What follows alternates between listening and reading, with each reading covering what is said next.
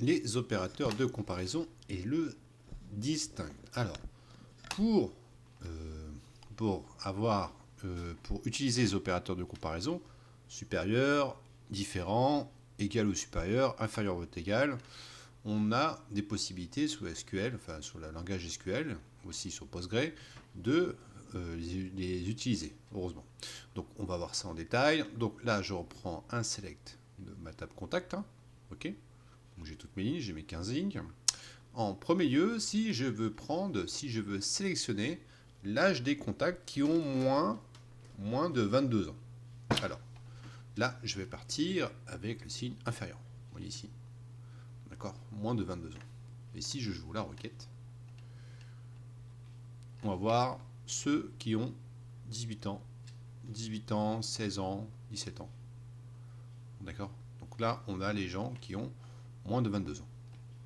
Ok. Et si je veux l'âge des contacts qui est égal ou moins de 22 ans, je rejoue la requête et là, je mets le égal avant l'inférieur, le signe inférieur. D'accord. Si vous le mettez après l'égal, vous allez voir que ça ne marchera point du tout. Ok.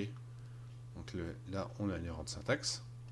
Si je remets là l'égal juste après, hop, là, on est à 22. Et il prend aussi les 22. Égal ou inférieur.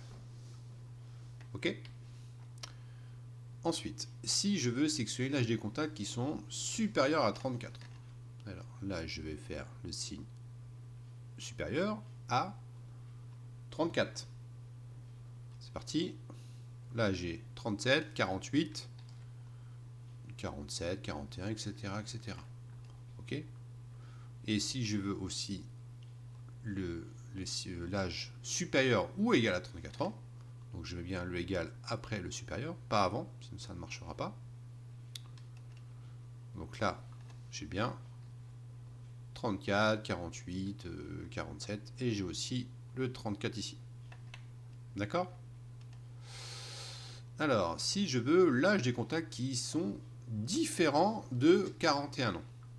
Alors, select from contact, et là, on a aussi supérieur pour différencier. On met le signe supérieur et inférieur.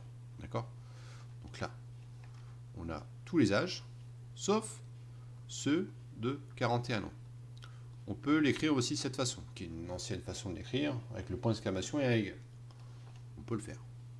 Si je joue, on voit qu'on a le même résultat. Voyons ensuite le distinct. Alors le distinct, ça va tout simplement enlever les doublons dans la table. Si on refait un select de la table contact, je vais jouer sur la valeur virank. Vous voyez ici, il y en a deux. Virank, virank. Donc si je sélectionne la table, j'en ai bien deux ici. Ok. Donc là, je vais faire un select distinct sur la colonne, bien sûr de ma table, où le nom égale virank. Vous allez voir, par magie, il y en a un. Il n'y en a plus qu'un. D'accord. Si vous avez doublon, utilisez le distinct. D'accord. Donc là, dans cette vidéo, on a vu les opérateurs de comparaison et comment enlever les doublons lorsqu'on fait un select.